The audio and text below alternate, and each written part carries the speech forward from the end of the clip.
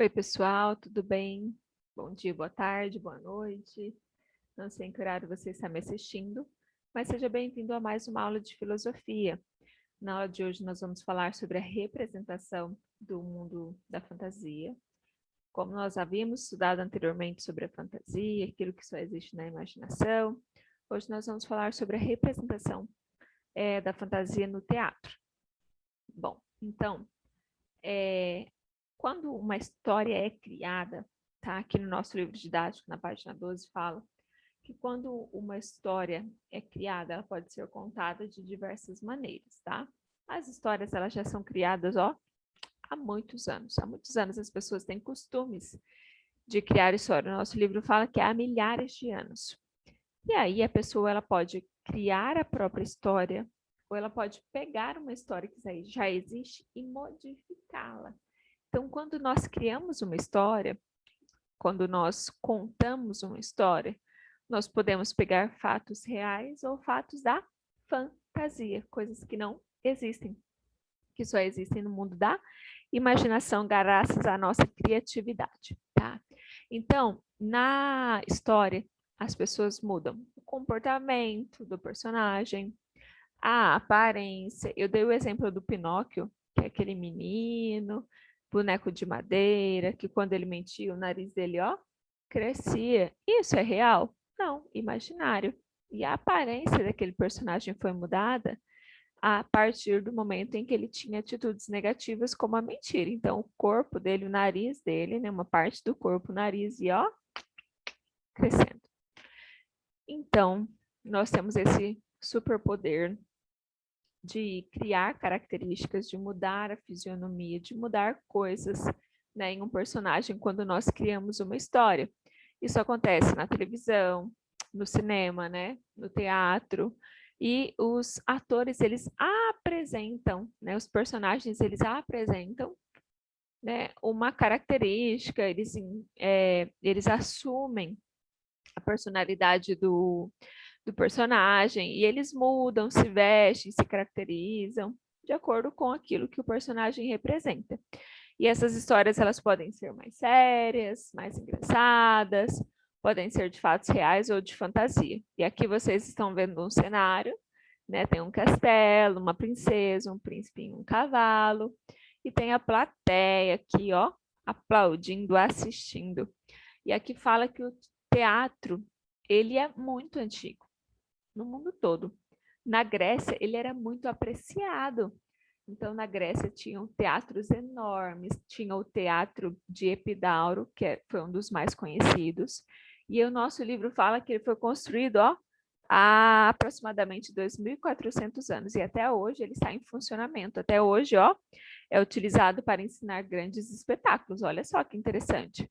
Temos aqui também um QR Code que eu gostaria que vocês vissem, porque os QR Codes sempre são muito importantes, eles complementam a nossa aula. Aqui na página 13 tem duas fotografias que vocês vão poder observar aqui, ó, e uma a gente consegue ter uma visão mais de cima e na outra a gente vai ver as pessoas preparando, né, se preparando para assistir um grande espetáculo, que foi em julho de 2016. Então, vocês podem observar aqui, né, um teatro muito grande. Olha quantas pessoas cabem nesse teatro, né? Também tem dois QR Codes com jogos para vocês praticarem aqui. Parece que o vídeo travou. Vou continuar conversando com vocês. Voltou aqui? Ok. Além, gente, de assumir a personalidade de um outro personagem, muitas pessoas antigamente usavam máscaras. Olha aqui as máscaras durante o teatro, tá? Então, tem essas duas máscaras aqui, elas expressam sentimentos diferentes, emoções diferentes, né? Temos a primeira que está sorrindo, a segunda que está triste. Então, as pessoas, elas usavam máscaras para expressar as suas opiniões antigamente no teatro, tá? E aqui fala assim, ó, nos teatros gregos, os atores eram assistidos por muitas pessoas e eles atuavam usando máscaras que eram acompanhadas por um coro, ou seja, um grupo de pessoas que cantava durante o espetáculo. Olha só que interessante. Então, as pessoas cantavam enquanto as outras atuavam.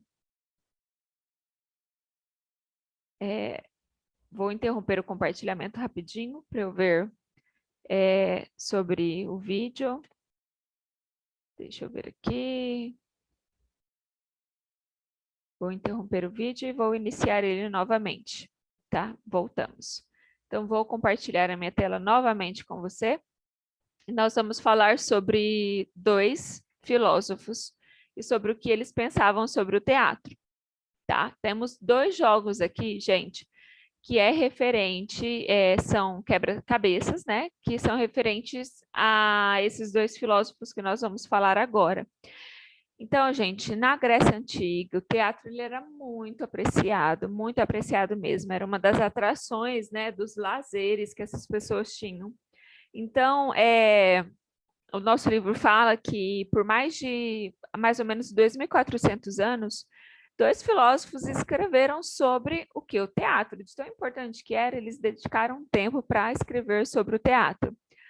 O primeiro filósofo, que é esse aqui que nós vamos ver, de cabecinha branca aqui, ó, ele é o Platão. E olha a opinião dele sobre o teatro. Ele falava que as pessoas não tinham que perder tempo com fantasias, que os teatros não eram bons, porque quando tinha teatro, as pessoas faziam o quê? As pessoas copiavam as atitudes negativas, tá? Vou compartilhar novamente, as pessoas, elas copiavam as ações negativas, as personalidades negativas dos personagens. Então, que elas seriam pessoas que teriam suas atitudes transformadas e isso não seria bom. E eles falavam que muitos desses personagens eram péssimos exemplos de comportamento. Então, teatro não era algo bom, não. Eu não compartilho com a mesma ideia dele, mas eu compartilho com a ideia de Aristóteles, né, que temos ele aqui, barbudo, no cantinho esquerdo, e a ideia dele sobre o teatro já era totalmente diferente. Ele achava que as pessoas poderiam aprender muito com teatro, que observando as atitudes dos personagens, se elas fossem boas, as pessoas copiariam. Se elas fossem ruins, faria com que as pessoas, julgassem que não estava certo. E aí, através disso, dessa observação, as pessoas iam repensar sobre as suas atitudes e sobre os seus comportamentos. Então, elas olhariam para si, então mudariam as suas atitudes. Eu compartilho do mesmo pensamento que Aristóteles, e aqui no exercício 1 você vai conversar com uma pessoa da sua família e você vai expressar a sua opinião sobre isso. Na número 2, está perguntando se você já foi a um teatro, né? Era para nós conversarmos sobre isso, sobre o espetáculo que você assistiu, e você pode conversar sobre isso em casa com a sua família também. Provavelmente alguém da sua família te acompanhou nesse dia. No exercício 3, pergunta, pesquise o registro e registre o nome de um teatro da sua cidade. Então, você vai lá no Google e você vai pesquisar sobre um teatro da nossa cidade e você vai registrar o nome dele aqui embaixo, no último exercício da página 15. Já na página 16, fala que na Grécia Antiga, os personagens mais apreciados, mais conhecidos, nós só conseguiríamos ouvir falar sobre eles se nós lêssemos um livro ou se nós fôssemos ouvir histórias de pessoas mais velhas. Já hoje em dia, os nossos personagens preferidos, né, aqueles que nós mais gostamos, nós encontramos sobre eles em filmes, em desenhos, no cinema, na televisão, não é verdade? E no computador, no videogame também, vai depender do que você mais gosta, se é de série, se é de filme, se é de desenho, se é de jogos. E aí, olha só, nós vamos refletir sobre esses personagens. Então, você vai pensar no quê? Nessas informações aqui, e você vai explicar o porquê de cada uma delas enquanto você conversa com a sua família. Então, vamos lá. Qual que é o seu personagem preferido? Você vai responder sobre um, e uma pessoa da sua família vai responder qual que é o personagem dela. Você se comporta do mesmo modo que esse personagem? Então, vocês vão refletir se as atitudes que vocês têm são as mesmas atitudes que o personagem que vocês gostam tem. Você acredita que ele sempre age corretamente? Você gostaria de ter a sua vida igual a desse personagem? Ó, momento de reflexão. Você pode fazer algo que o personagem não pode? Há pessoas que gastam mais tempo com personagens preferidos do que com os amigos e familiares? O que você pensa sobre isso? E nós sabemos que sim, que existe, né? Que muitas pessoas dedicam o seu tempo a ficar na televisão, no videogame, né? E perdem tempo, poderiam estar curtindo esse tempo em família. E será que nós estamos tendo atitudes negativas que esses personagens estão tendo? Será que esse personagem é tão legal a ponto de que eu queira que a minha vida seja parecida com a dele? Algum personagem parece ser tão real quanto as pessoas de verdade? Por quê? Então você vai refletir sobre isso com a sua família, pensando no seu personagem preferido. Então esse é um momento de reflexão, porque talvez você esteja tendo atitudes negativas que foram refletidas do comportamento desse personagem. E é hora de nós iniciarmos aquela autoanálise para quê? Para transformação e melhoria, evolução, né? Nossa evolução como ser humano. Então, você vai escolher um personagem agora nesse próximo exercício de número 1 que está aqui na tela. Você vai conversar sobre o comportamento dele com a pessoa da sua família. Vocês vão pensar sobre as atitudes certas e erradas sobre ele, tá? E você vai desenhar ou colar uma imagem do personagem aqui no exercício 2, tá bom? Na página seguinte, que é a página de número 17, fala sobre as várias representações da arte, tá? Então, as várias representações do mundo da arte. Fala sobre o mundo da fantasia, né? Que alguns artistas preferem representar as suas obras de arte como no mundo da fantasia. Obras de arte abstratas, né? Nós já estudamos sobre isso anteriormente, no ano passado. E há alguns artistas que registram a realidade, aquilo que é realista, aquilo que é real. E as linguagens artísticas são várias, tem várias maneiras que as pessoas possam se expressar de forma artística. E essas formas estão listadas aqui abaixo. Por meio das artes visuais da pintura, do desenho, escultura, arquitetura, cinema e outras. Da literatura, que é a arte escrita, do teatro, que é a arte ensinada, da música, que tem tudo a ver com o som, a melodia, a sonorização, e a dança, que é a expressão do corpo, tá? Então, cada uma dessas linguagens artísticas, elas têm as suas características próprias, elas não são iguais, tá? Ela aponta para caminhos diferentes, elas encantam pessoas diferentes. Tem arte para todos os gostos, e a arte, ela quer despertar, né? Ela quer despertar a atenção das pessoas. Vamos olhar ali na página 15. Próxima página, página 15. Aqui. Fala sobre nós descobrirmos as semelhanças e diferenças entre essas artes aqui.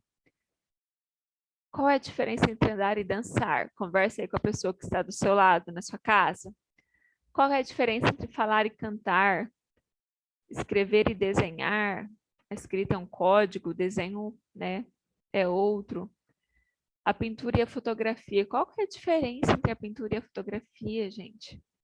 Qual que é a diferença entre a escultura e um objeto esculpido manualmente?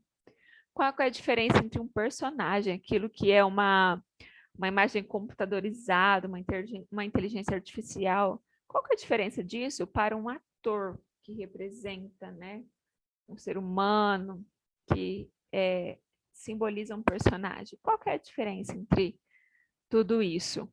E aí você vai escolher um tipo de obra de arte ou de uma linguagem artística que você gosta, pode ser música, teatro, dança, pintura, escultura, e você vai representar aqui nesse espaço a seguir da página 18, tá bom? Lá na página 19 é uma explicação do trabalho que eu pedi para vocês. Que eu pedi para vocês pegarem uma caixa de sapato.